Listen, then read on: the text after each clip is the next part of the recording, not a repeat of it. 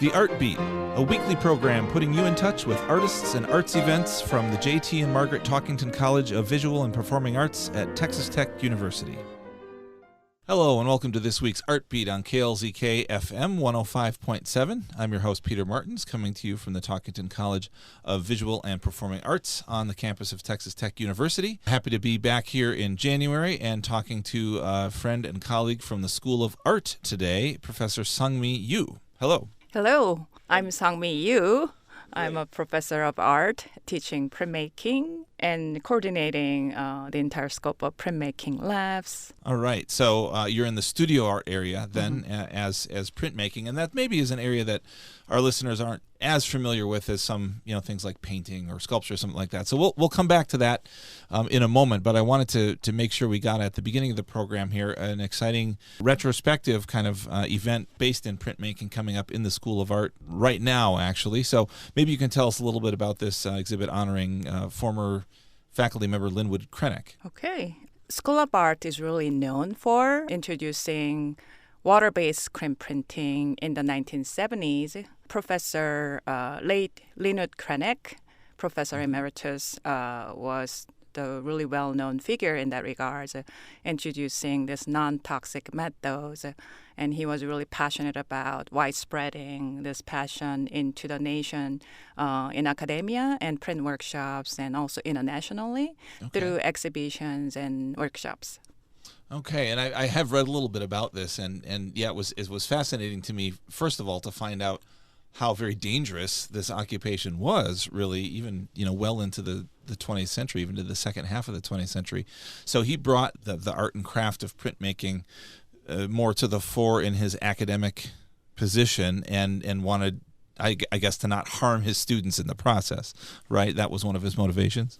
Yes. Before this water-based screen printing method, it was solvent-based, and many university print shops weren't equipped with good ventilation, so they had to literally breathe in the toxic solvent chemicals.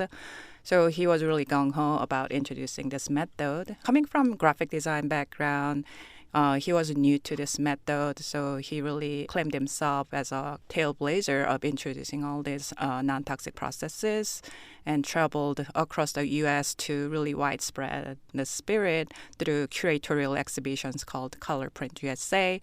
So he kind of left a lot of legacy even after him unfortunately passing this past August in 2025. Okay.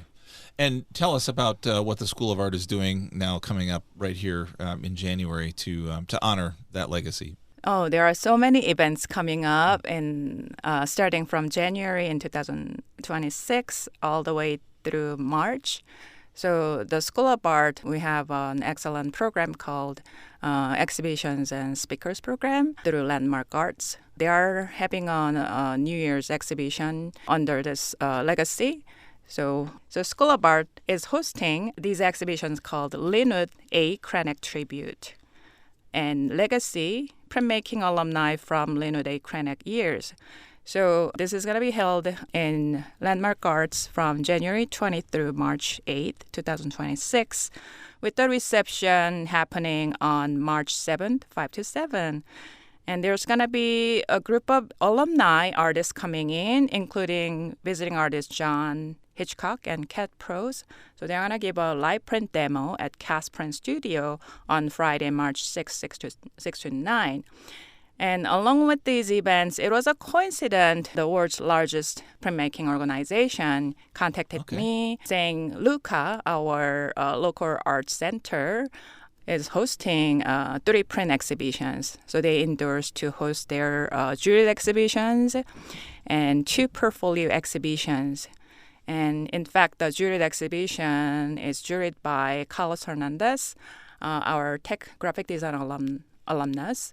And 2 exhibitions one is curated by SGC Executive Board member Phil Gresham, and the other is curated by our recent BFA alumni Hannah Rohr. So there's going to be a group of events coming up with this show. And I was requested to come up with some programming from School of Art side. So alumni show was something scheduled in conjunction with Linwood Clinic, but also I was also hosting some visiting artists such as Delita Martin for her artist in residence from March 2 through 7th at Texas Tech School of Art. So she's going to give live demos throughout the week to our students, both grads and undergrads, taking printmaking courses and art program. And I'm also hosting a panel called the Lubbock Creative Synergy on Saturday, March 7th at 11 through 12:30 p.m. at Luca Firehouse. So this is all about how this unique printmaking provides avenues for these art organizations come together and use that technique, or it's more like a kind of a way how we gather people in places as an entryway for introducing fine arts. Because a larger public wouldn't necessarily have access to kind of expensive and elusive nature of some of the artworks, but printmaking has a notion of the multiple, so that allows them to access it more affordably and more on their side through a lot of print events such as print fairs. So reproduction from the same whatever original work, so to speak, it's able to be replicated. Okay. Yeah, Well, it I sounds have like one more thing coming up. Go ahead, and the please. Museum of Texas Tech is part of this program. So they are having an open house on Friday, March 6th. 10 to 12 p.m., headed by Tracy Robertson at Helen DeWitt Jones, creator of art. Okay. So it sounds like a full kind of winter, early spring, hopefully it'll be spring by then, right, of printmaking here. And you mentioned Charles Adams Studio Project, I think, spaces initially, and then the Louise Hopkins Underwood Center downtown, and then also just now the Museum of Texas Tech. Of course, all in addition to where the main exhibit is, which is in the School of Art on campus in the Landmark Arts Center. That's correct, right? Okay. So it sounds like the real highly active area is that first week of March, and especially that first weekend in March where all of these exciting events are happening. But as you mentioned, the exhibit in the School of Art in the Landmark Arts Gallery is opening up already now on January 20th. So people can stop in and see that even beforehand. Will the Landmark Arts exhibit have Linwood Krennic's art as well as alumni, or will it just be Krennic or some mix? It's going to be two parts. One is Linwood's tribute. So it's going to cover his work that's from his own collection through the selection between our gallery director, Joe Redondo, and Eleanor Krennic. So they're going to handpick some of the art pieces to be included in the show. And the other part is going to be in the Landmark Gallery, the main gallery. It's a group show of alumni who studied under Linwood Krennic, whether they are printmaking majors or graphic design or different majors. Oh, okay. So a diversity of types of artworks there depending on what the student was majoring in at the time. Interesting. Right, because I imagine we, as we do in a lot of schools, the different schools and departments in the Talkington College here, you wear multiple hats, right? You may be, your professional work might be over here on this side, but you teach students across a broader spectrum of that. Yeah, exactly. Interesting. Yeah. The classes are encompassing both traditional and digital mediums in printmaking. So you can kind of go back to BC and AD of the centuries when Buddhist sutras were made in China. They were woodcut prints on paper, starting from fabric printing after the invention of paper.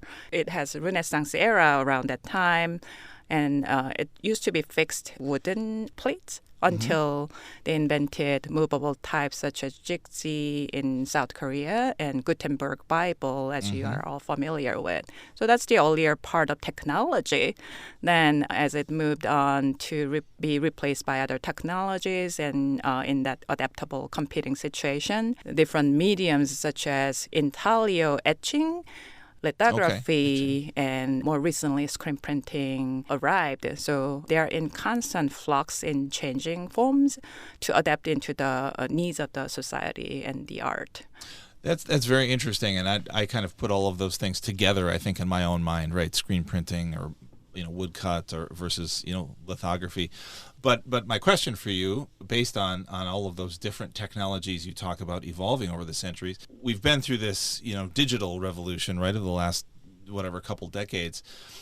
Is this technology shift of a different degree or even of a different kind than the other ones you were talking about that happened, kind of throughout the centuries and in different parts of the world leading up to now? Or is it just simply, oh, this is what's happening next? This has been happening the whole time humans have been making prints, right? Or making images. The digital revolution is just the next step, or is it actually categorically different somehow? It's hard to predict what's going to happen next, Okay. but just from my own experience, at the end of the 20th century, we used to call ourselves as printmakers. We still do nowadays, but I was called as a hybrid artist. Hybrid artist. Because Okay. I wasn't only making traditional prints, but also using sculptural forms, painterly forms, and photography. So I was going over, kind of crossing over different medium platforms. So nowadays I'm combining both digital and traditional mediums pretty much. And I call myself as a print installation artist. Hybrid word is printillation. So Printillation. Okay. I became more of an installation artist for my own creative activity while I teach both traditional and digital mediums at school. And I really cultivate that spirit. So you can choose whatever medium you want to meet the needs of your concept and ideas. Okay. And I will say I have the pleasure of walking past one of your pieces just about every day in the college offices, and it is indeed traditional in some ways, but also very there's a digital component, and there's also a paper cutting, I guess, component, if that's the right term for it. Technology-wise, that's a really exciting part. For the large pieces, I did the hand cutting, but for smaller, medium-sized pieces, I use laser cutting. Okay. Laser engraving, and I haven't adapted into CNC routing, but I have tried a little bit of 3D printing. So printmakers are kind of geeky community, so they are really eager to learn new technologies, and they are full of curiosities. Okay. So hybrid indeed in all of these ways. Right. Okay. So tell us, you've been at Texas Tech for a good while, so you've seen some of these stages of evolution, shall we say, happen, even on campus here. What does it feel like students are attracted to these days? Is it just always the new technology, or is there a group of young people who are really digging in and finding value in some of the older techniques? Students, I've taught at Tech for about 21 years now. And I started teaching drawing more often than printmaking. Okay. But now I'm fully in charge of printmaking, and we have quite a few curriculum revisions. So students are pretty content in the history, but they didn't necessarily know what they were looking for. Then once we provided some digital mediums and different courses, like we have a brand new digital narrative arts program, for instance, and I was watching Demon Hunters the other day. It's pretty exciting to see the combination of K-pop and Demon Hunters coming together and identity. So just looking at them, it's a really different era than what we are used to in the early part of the 21st century. So it's pretty much evolving, and I see students are really open to adapting into new situations in the visual field. So it's hard to dictate what they want to do. As a faculty member, I have some responsibility of introducing some historical context where traditional mediums come from, but also I don't want to stop learning myself. So I want to adapt into the new technology and new medium possibilities, not to mention the different art terrains, what's going to be the next format. I'm currently working on a museum show to be held at downtown Dallas district called the Crow Museum of Asian Art in upcoming October. But what's going to happen in the next decade beyond galleries and museums? So that's what I'm curious about, because I hear things like the brick and mortar gallery representation used to be a prime thing for artists.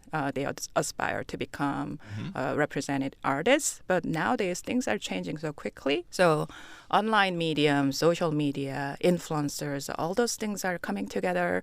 It's hard to decipher what's happening, but there's definitely interesting things happening, and we need to stay flexible and curious about things.